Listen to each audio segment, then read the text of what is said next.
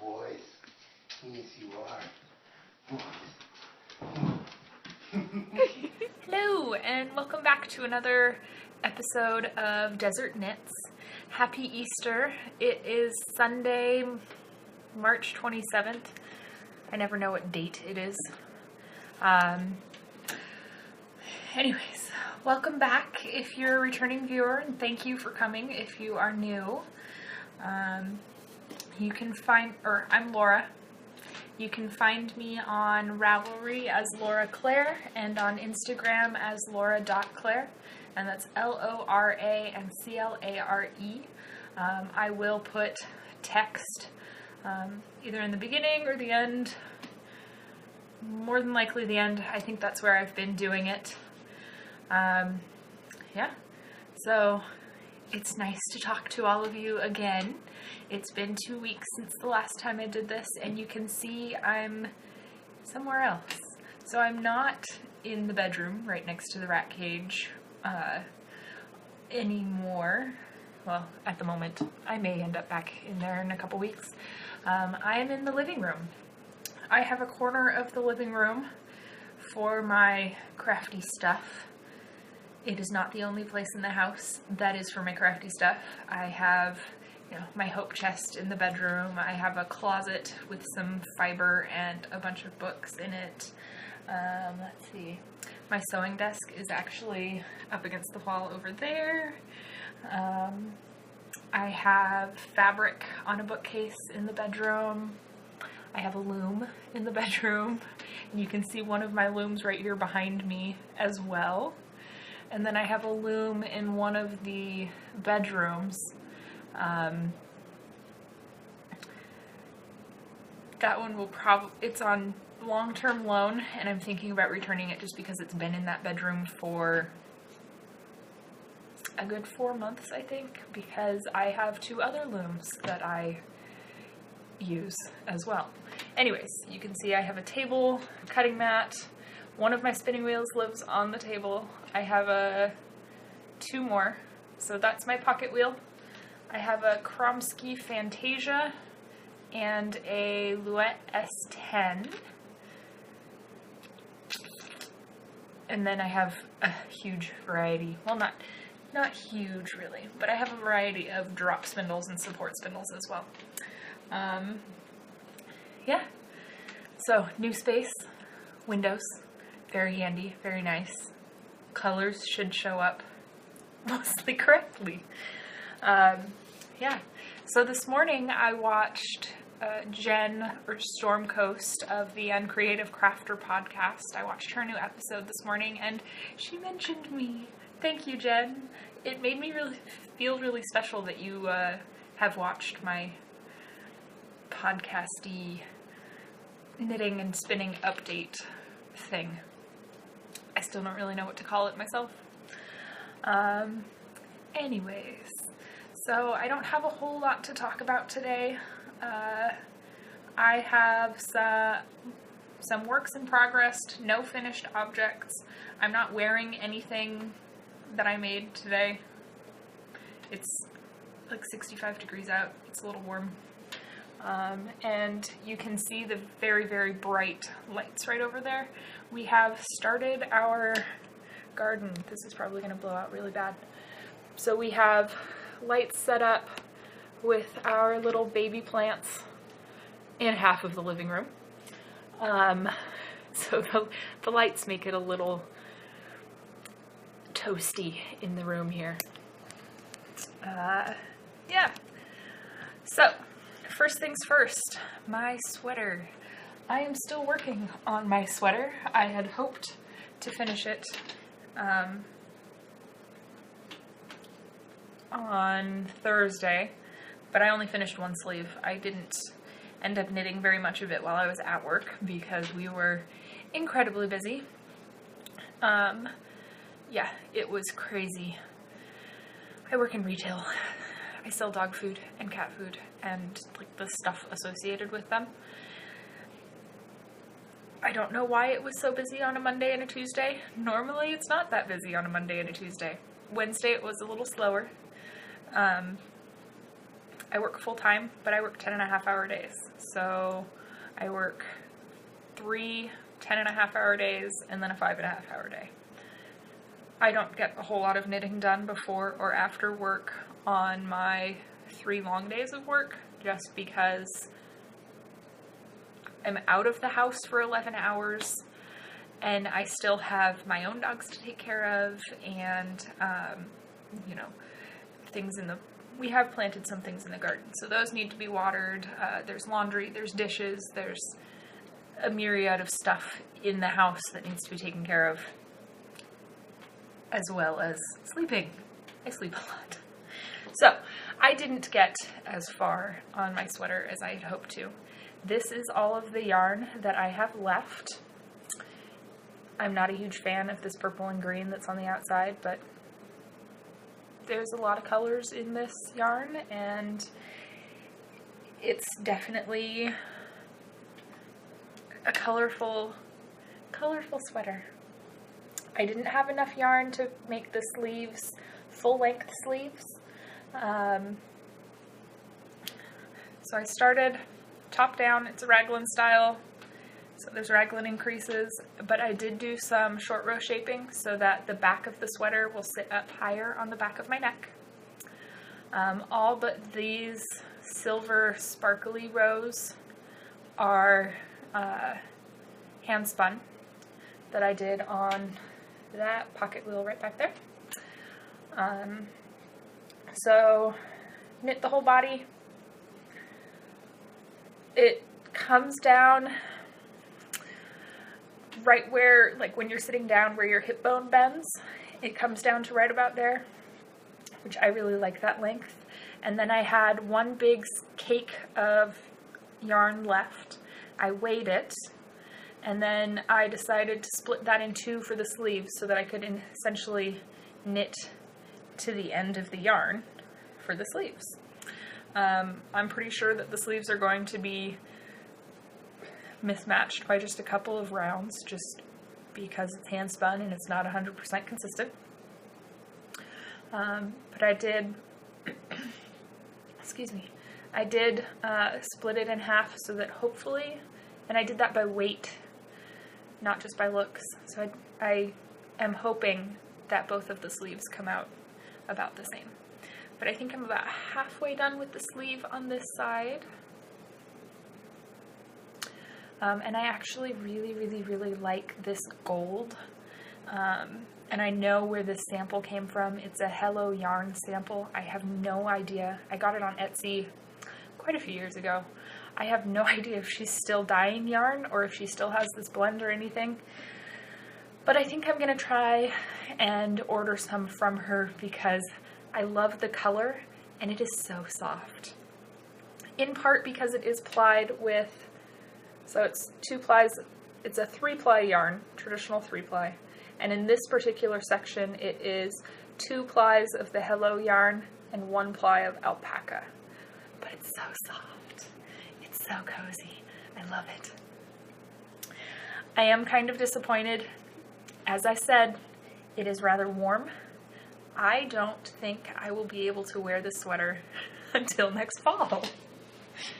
I'll probably finish it, well, I will finish it before Thursday, before the cutoff time for winter camp. I only have half the sleeve left and they only come down to here. So I have, you know, from here to here to knit. It's not that much.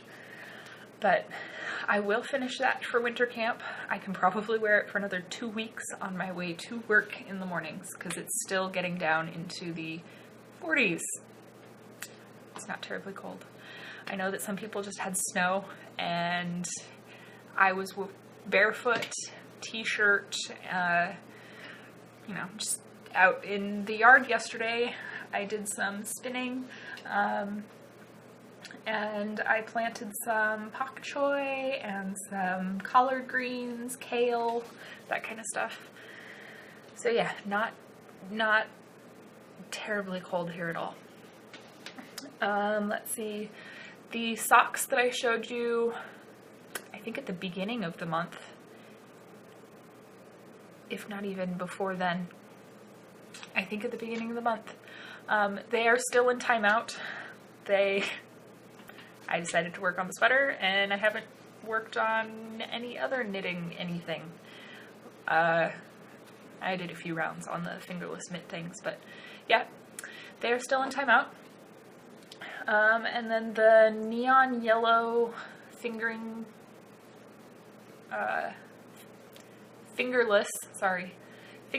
glove mitt things that I want to knit are sort of in timeout, sort of not.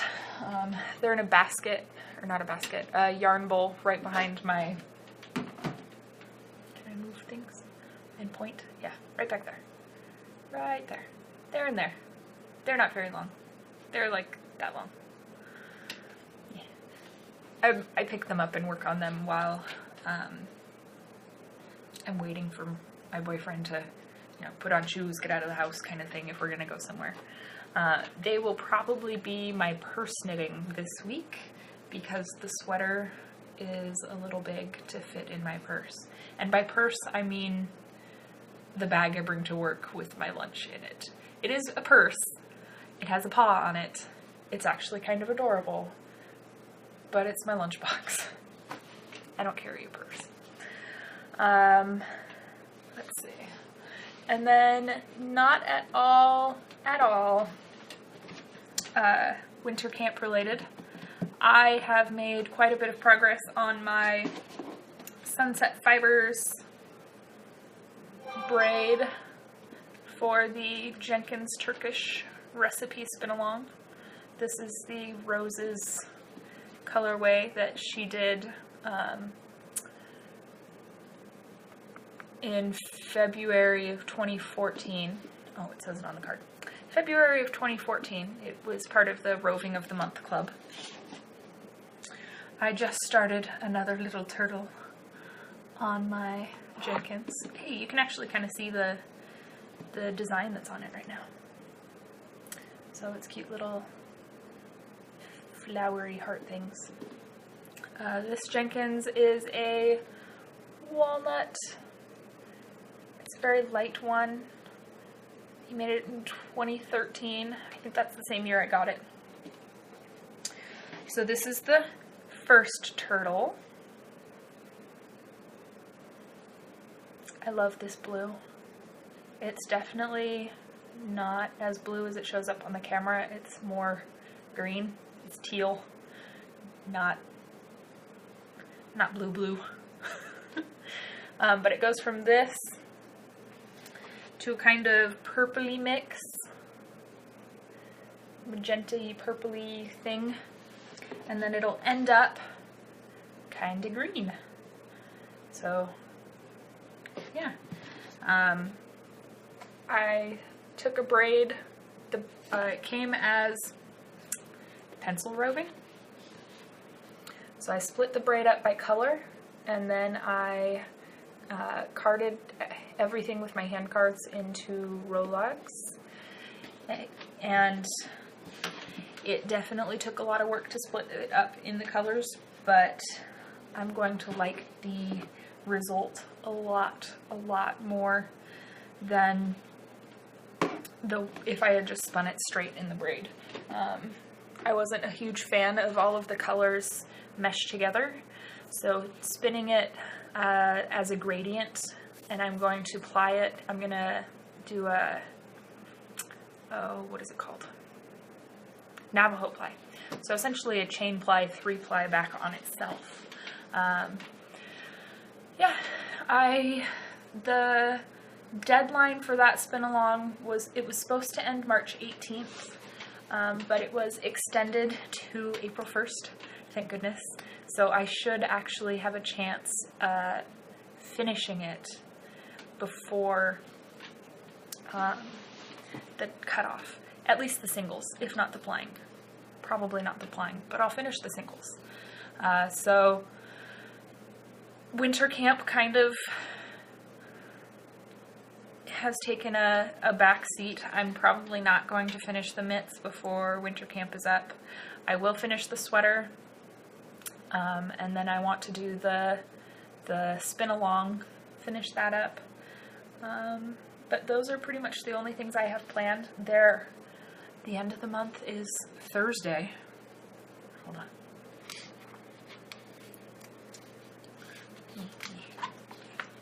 We are right here, right where my finger is. The end of the month is only right there. So it's not like there's a whole lot of time between Sunday and Thursday to do much other than finish the sweater and finish the spin along. So that is it for all of my fiber stuff. You can bow out now. Thank you for sticking it out, for listening to me babble about knitting and spinning. Now it's my little running update thingy, which was nice talking to you. If you bow out now, if you want to hear about my running. Since last time, I have run 34.83 miles, ish.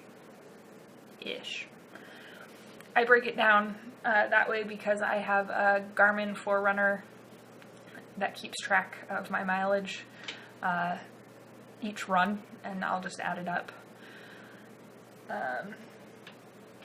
I'm sure it could break it down to more parts of a mile, but it's kind of a stretch for me to even break it down that far into parts of a mile.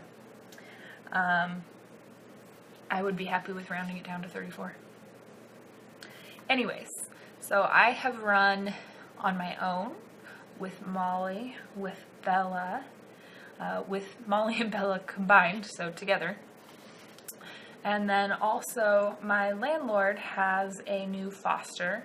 His name is Cuna. He's a husky mix. I don't really know what he's mixed with, but he's adorable, and he will do anything for food. So I had never met Cuna before, and I offered to take him for a run because my landlord actually had to rearrange his work schedule so that he could take both. So he has 2 huskies of his own, and then he's fostering this one. So he could take all 3 of them to the dog park every day, because Cuna, the new one, really needs to expend some energy daily. He's affectionately called Butthead by the landlord, even though he's really not. He seems pretty sweet. He is up for adoption, so he has one of those bright orange, what are they called? Bandanas that says "Adopt Me."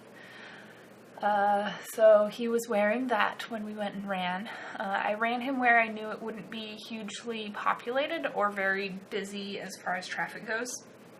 I live in an area where I think there's about 40 miles of paved paths just for bikes and people walking or running or, scooters, that kind of thing, that are apart from the road. So not just a sidewalk, but actually separated by a good bit. They are all along the river, both on the Richland and Kennewick side, as well as the Pasco side. They go all the way through Richland. I don't run over in Kennewick. I live in Richland. I really just run in Richland. But I went up the path that's right by the big highway. So it's up a hill. Gotta run uphill sometimes. So I took Cuna back that direction where I knew that we probably wouldn't run into any people, no cars, no other dogs, because I hadn't ever run with him before and I wasn't sure how he would do. He did remarkably well, though I did bring Molly's halty, so the thing that goes over her nose so that I can lead her by her face rather than, have her pull me all over the place. Just because he seemed less interested in running with me and more interested in smelling the side of the highway, or, oh hey look, there's a cat over there, and what was that sound? And then a bike went by, and I was really glad that I had put the halty on him, because he really, really, really wanted to get the bike, not in a nice way. He also has a slight obsession with very large moving cars, trucks. There's I'm not really sure what it is. They don't keep rocks there, but they move rocks. It's not a quarry. I don't have any idea. It might just be where they park the trucks that go to quarries and deliver stuff. I don't know. But two of them drove by us, as one on our way into the trail, one on the way out.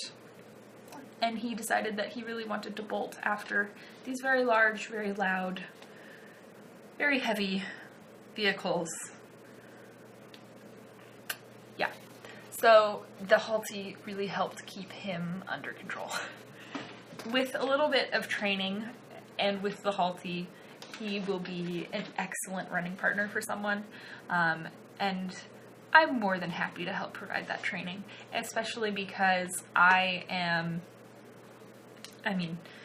34 miles in 2 weeks is going to be on the low end of what I'll be running for training for the marathon that I want to do.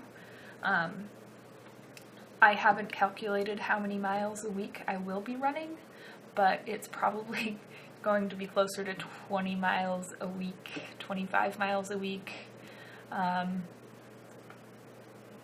Yeah, so my mileage should jump up a little bit. Now, the whole running thing, the race that I want to do, I was reading more about the start and end times, and I'm probably going to either find a different race around the same time to run, or ask for an early start. So the race start is 8 a.m. and the course closes at 1 p.m. Yeah, that's 5 hours. So it's a 5-hour time limit. I can run a half marathon in about 2.5 hours. I don't think that I can keep up that same speed for twice the distance without a lot of training, and even then I will be like right at 5 hours or just over 5 hours. So I don't think that I can finish in 5 hours. The 5-hour cutoff time. And then I was reading more, and the 8 a.m. start time is for wheelchair runners. The actual runners who are able-bodied, not in wheelchairs, which I can't imagine doing it in a wheelchair in 5 hours. That's just insane. But so for the able-bodied runners, start time is at 8:15. So it's really a 4-hour and 45-minute time limit. I'll be ending like 10 minutes after the course closes. So I think I'm probably going to ask for an early start, and I'm definitely going to be doing some speed training. So that hill that I ran up with Kuna, I'm sure I'll be running that rather frequently, because there's nothing better than hills to work on flat time pace. And it's really flat around here. That is pretty much the only hill that I have to run. So, yeah, I'm not really sure. It's so convenient to run in town, in the city that you live in. The race start line is like 2 miles that way. Not even 2 miles. Maybe 1.5 miles. It's just down the street and around some corners. But still, it's like right there.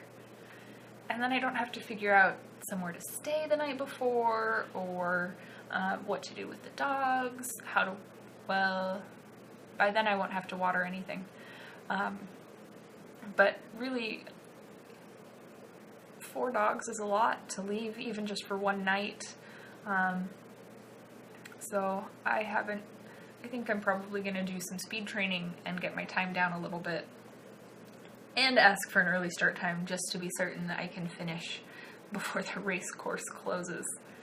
That would be really sad to not be able to finish because I'm not fast enough by 5 minutes.